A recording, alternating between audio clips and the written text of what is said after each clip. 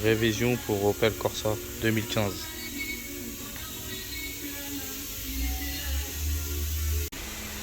Vidange pour la Corsa 2015. Donc ouvrir le bouchon à l'aide de la clé étoile de 45 et après enlever le filtre à huile qui se situe en haut du moteur. Voilà, on laisse couler et on va descendre le véhicule pour enlever le filtre à huile. Comme ça, le reste de l'huile du filtre à huile va couler en même temps. Voilà, le filtre à huile se situe en dessous de la turite du filtre à air. Donc avec une cloche de 27. Voilà, dépose du filtre à huile. On va le remplacer par un filtre à huile neuf. Et ensuite, on pourra remettre le bouchon de vidange avec un joint neuf évidemment. Et remplir le véhicule d'huile. Voilà, après remplacement du joint et du filtre à huile, un petit coup de nettoyage.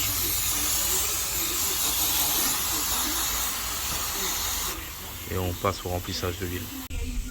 Voilà, remplissage d'huile, 4 litres pour ce moteur. Toujours contrôlé avec la jauge après.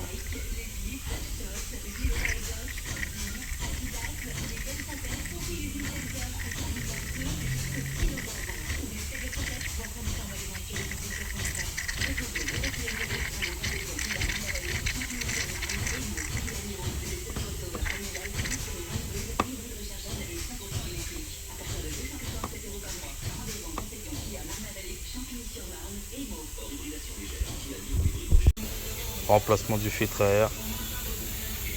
Petite vis étoile de T20 à enlever. Petite durite. Déconnecter tout. Tac, tac. Changer le filtre à air. Souffler si c'est bien sale. Et mettre le nouveau filtre à air.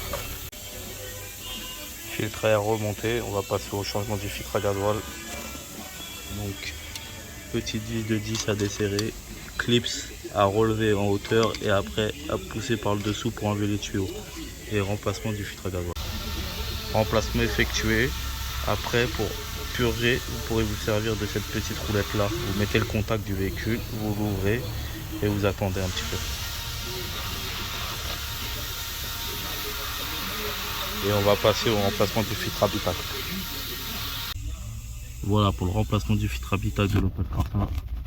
Sous la boîte à gants, petite trappe, vous levez, hop, vous l'attrapez et plus qu'à remplacer. Voilà. Et remonter comme la dépose. Voilà, repose du filtre habitacle, révision des filtres et du véhicule terminé. On va passer au remplacement des plaquettes de frein et des amortisseurs arrière. Remplacement plaquette de frein Opel Corsa. Ressort de maintien pour les vibrations.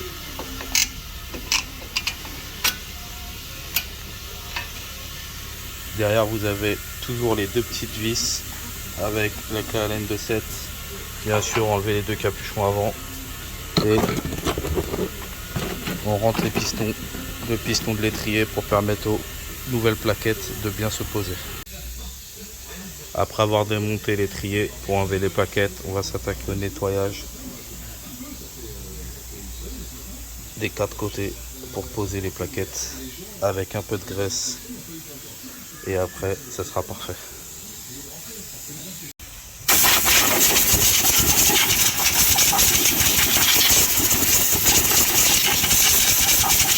Voilà, bien nettoyer ici pour mettre en place les plaquettes. Et après on va effectuer de la pose de graisse pour éviter le frottement et l'écoulement de plaquettes de frein. Voilà, les plaquettes sont remontées. Vraiment bien contrôler tout votre serrage. Et comme je dis, attention, hein, les plaquettes c'est de la sécurité. Donc si vous ne sentez pas, faites-le faire par un pro. Et si vous avez un jour des petits bruits sur les plaquettes de frein, si vos disques sont usés, donc pensez à les poncer légèrement sur les côtés. Et tout ça, ça fera moins de bruit. Bon les gars, pour le remplacement des amortisseurs, il va falloir enlever le pare-boue. Donc T20, petite douille de 10, on l'enlève. Après là-haut, il y aura deux vis avec une douille étoile de 14. Et en bas, il y aura une vis avec une douille étoile de 18. éviter 18 pour tenir les trous. Voilà, après avoir enlevé le pare-boue, comme je vous ai dit, les deux petites vis avec la douille de 14 étoiles. Et de l'autre côté, la grosse vis avec l'écrou.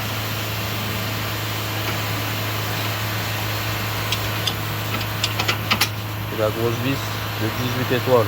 Comme vous avez pu voir, j'ai mis un vérin, c'est pour éviter que le train se balade.